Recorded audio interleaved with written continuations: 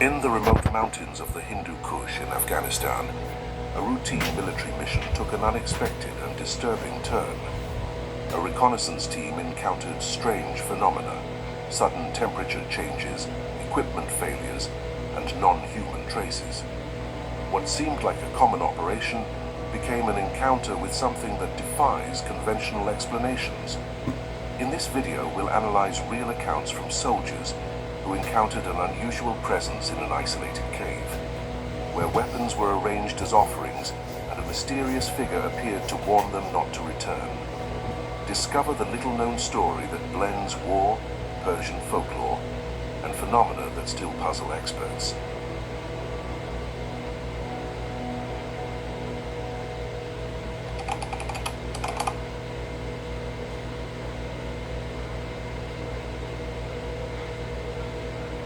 In November 2004, a U.S. Armed Forces reconnaissance team was sent on a routine mission near Bagram, Afghanistan.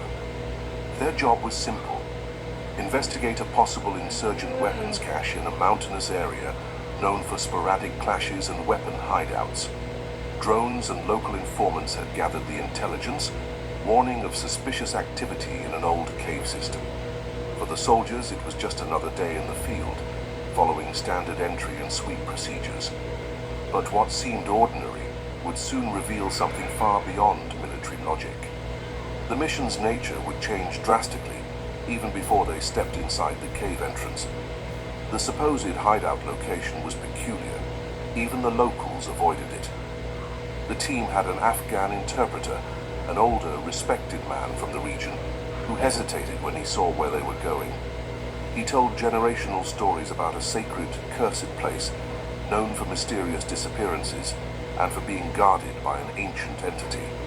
His warnings weren't immediately taken seriously. To the soldiers, it was just another local superstition, like so many others heard during missions in the country's interior. But the interpreter insisted that cave wasn't just dangerous, it was sacred, forbidden, and those who entered didn't come back the same.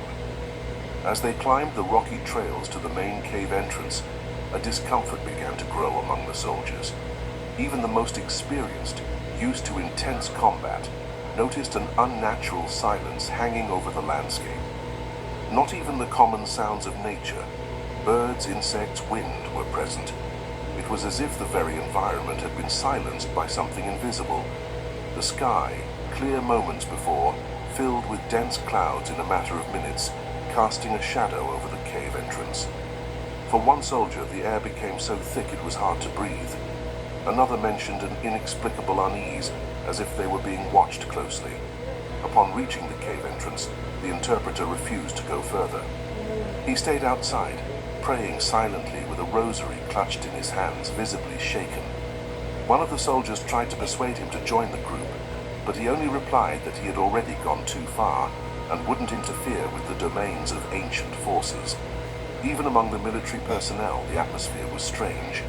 Communication equipment started glitching, and radios crackled with static, even without apparent electromagnetic interference.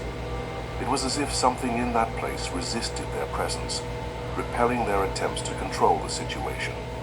Determined to complete the mission, the soldiers turned on their flashlights and entered the cave system, which seemed to stretch further than anyone expected. The natural structure didn't follow a common pattern. There were unusual rock formations, and the tunnels seemed almost carved, not just shaped by time. One of the soldiers with geology experience commented that the walls seemed to contain inscriptions faded by time, as if ancient civilizations had left their marks there. But what caught their attention most was the sudden increase in humidity and the drastic temperature change, from dry heat to a cutting cold, inexplicable considering the underground environment. Even with their training and proper equipment, the soldiers started reporting unusual physical and psychological discomforts. One felt sudden dizziness, another claimed to hear whispers in the distance, though no sound was recorded by their microphones. The normally focused sniffer dogs were restless, refusing to move forward at certain points in the cave. The tension was palpable, as if the space itself reacted to their presence. Still, the team pressed on, driven by the obligation to complete the mission, and perhaps by a curiosity that grew as the normal signs of reality seemed to dissolve within those rocks. Nothing up to that point could have prepared the team for what was still to come. What began as a search for weapons in a remote hideout was rapidly transforming into something inexplicable, transcending the boundaries of the physical world and entering the realms of folklore, fear, and the supernatural. The presence of something unknown seemed increasingly evident, even if no direct contact had occurred yet. Their first step inside the cave had also been their first step toward the inexplicable. An involuntary plunge into a territory where the rules of modern warfare seemed to have no validity. As the team moved deeper into the cave system, environmental conditions became increasingly unusual. The cold they felt at the entrance grew even more intense, even tens of meters underground, where temperatures usually stabilize. One of the soldiers, Corporal Reynolds, quietly remarked that it felt like winter stored inside the rock. Sergeant Wallace, the team leader, tried to keep everyone focused on the mission, but the data on their digital thermometers didn't help. Sharp drops of up to 15 degrees Celsius in minutes. To top it off, a dense fog began to form in certain sections, despite the complete absence of visible water sources. It was as if the cave itself breathed cold, exhaling an eerie vapor from its depths. But the cold wasn't the only thing unsettling the team. A strong smell like burnt sulfur began to permeate the air. Initially, they thought it might be some form of natural gas leaking from underground fissures, a possible phenomenon in certain Afghan regions. However, chemical sensors registered nothing dangerous in the air, which only made the situation more confusing. The odor felt alive, according to the weapons specialist, McNeil. He swore the smell intensified whenever they approached certain forks or wider chambers. It was as if they were being pushed in the right direction or steered away from the wrong place by an invisible force communicating through the very air they breathed. Their flashlights, which had worked perfectly at the entrance, began to flicker in sync, even though they were different models with newly installed batteries. There was no immediate technical explanation, and attempts to swap batteries or replace equipment only worsened the problem. The darkness inside the cave seemed to devour the light, rendering even the most powerful tactical flashlight beams useless. Shadows projected on the walls took on strange, distorted shapes that seemed to move independently of the light source. Soldier Martinez even swore he saw the shadow of something moving in front of him, though no one else was there. The feeling of being watched became constant and silent, like a hum at the back of each member's mind. At certain points, the team's radios emitted static that intensified in specific locations, almost as if they were intercepting a ghost frequency.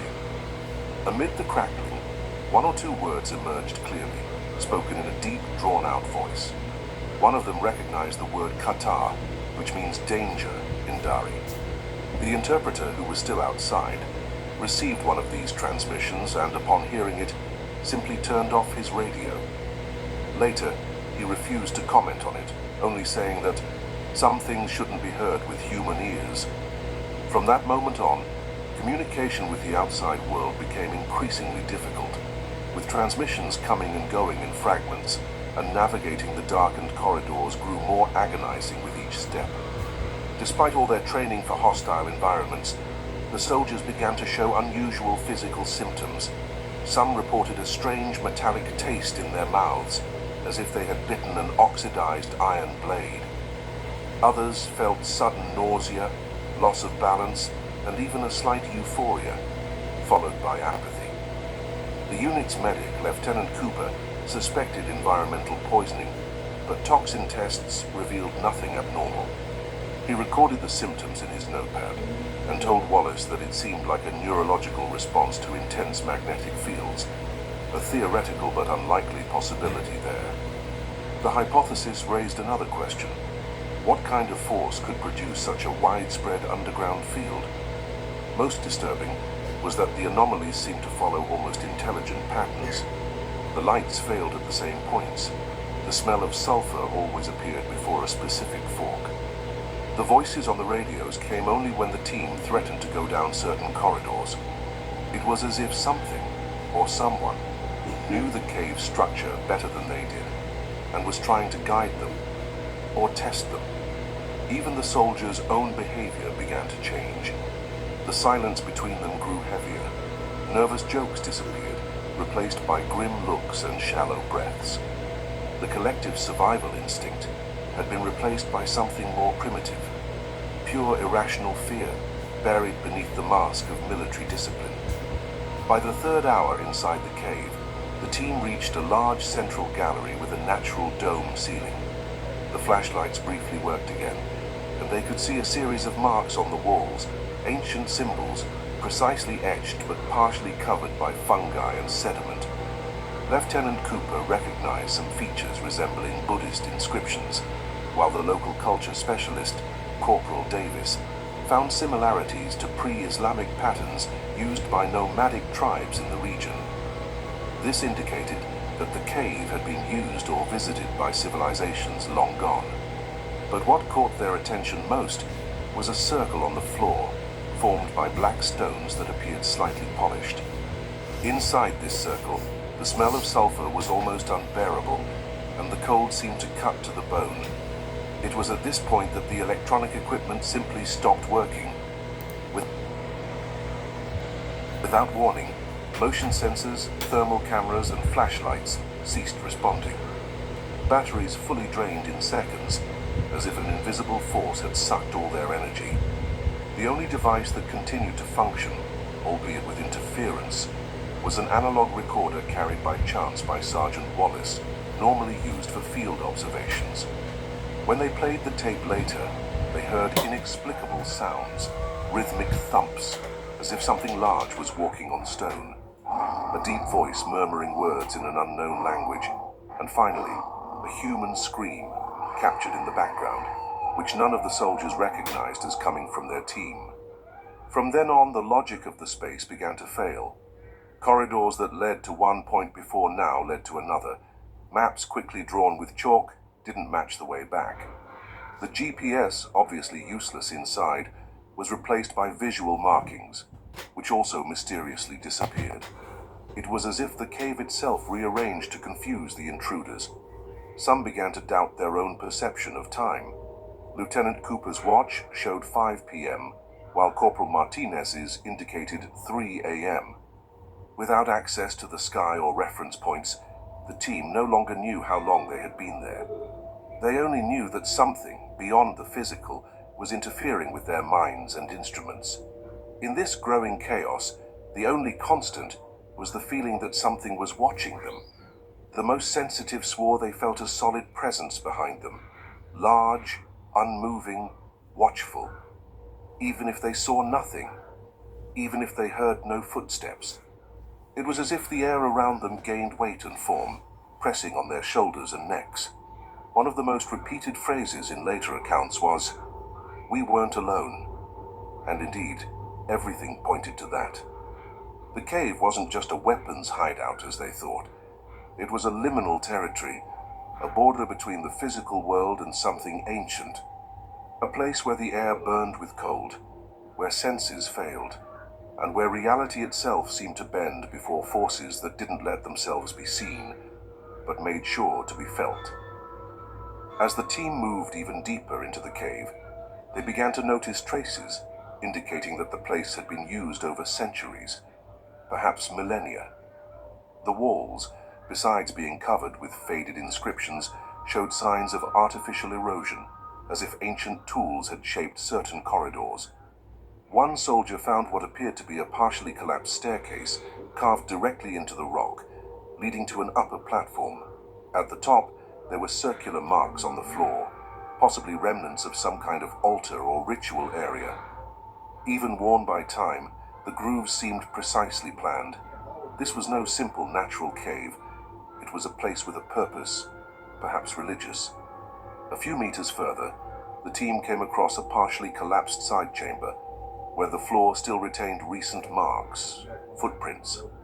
At first, they thought they might be from their own soldiers who had gone ahead, but the size of the tracks soon contradicted that hypothesis. They were wide, deep footprints, with proportions incompatible with any known military boot. They had long, wide toes, as if left by something humanoid but enormous. Furthermore, they didn't follow a logical pattern. They didn't go in a straight line or double back. Some seemed to appear out of nowhere and vanish into the wall, as if the creature had emerged from within the rock itself. While investigating the footprints, they also found remnants of human objects. An old Soviet flashlight still bearing the red star symbol. Beside it, a combat knife from the same period, stuck in the wall as if thrown with supernatural force. These were traces of soldiers who had likely explored the area during the Soviet occupation between 1979 and 1989. But no known reports mentioned cave missions at those coordinates.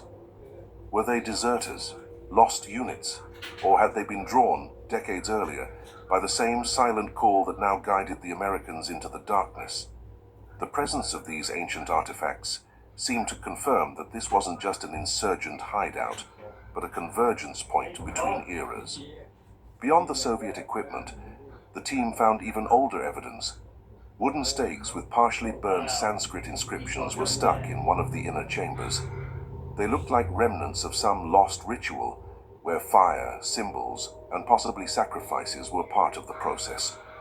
One soldier pointed out that the stake's position coincided with the cardinal directions, and in the center was a stone slab with dark stains, hard to identify at first glance. Corporal Davis suggested that this space had been used for invocations or sealings.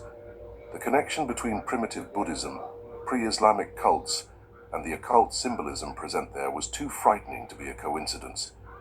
It was in this same gallery that the equipment began to fail again.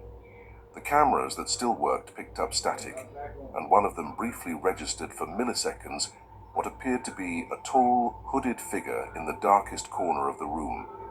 When the team looked at the spot, there was nothing there, but the heat sensor indicated a presence with an abnormal temperature, too cold to be human, but distinct from the surrounding environment. The place also had a strange echo, voices distorted, returning with a delay or in lower tones. Some soldiers reported hearing their own words repeated with subtle alterations, as if someone, or something, was imitating them. Lieutenant Cooper, analyzing the marks on the floor, commented that they resembled an archaic type of ritualistic writing used to protect places considered portals or mouths of the spiritual world. This aligned with what the interpreter had mentioned outside, about the place being known for legends of gates to the realm of the Div, supernatural entities from Persian mythology. Ancient records describe the Div as creatures that guarded sacred places and punished those who profaned them. The pattern of the symbols reinforced the idea that this wasn't just a shelter, but a threshold zone between worlds. The mystery gained a new layer of meaning. They weren't just in enemy territory, they were on forbidden ground. Further on, they found a kind of mural carved directly into the rock. The scene showed human figures kneeling before a gigantic entity with horns and flaming eyes. The style was rudimentary, but conveyed a clear sense of reverence and fear. The entity seemed to float above the people, and lines extended from its eyes to the skulls of the represented humans, as if sucking something from them. Perhaps it was a spiritual metaphor, but the context made everything sound too literal. It was impossible to ignore the parallel between the creature in the mural and the Div accounts, as well as the presence of footprints and inexplicable phenomena that had been accumulating. Even the most skeptical soldiers began to doubt what was real.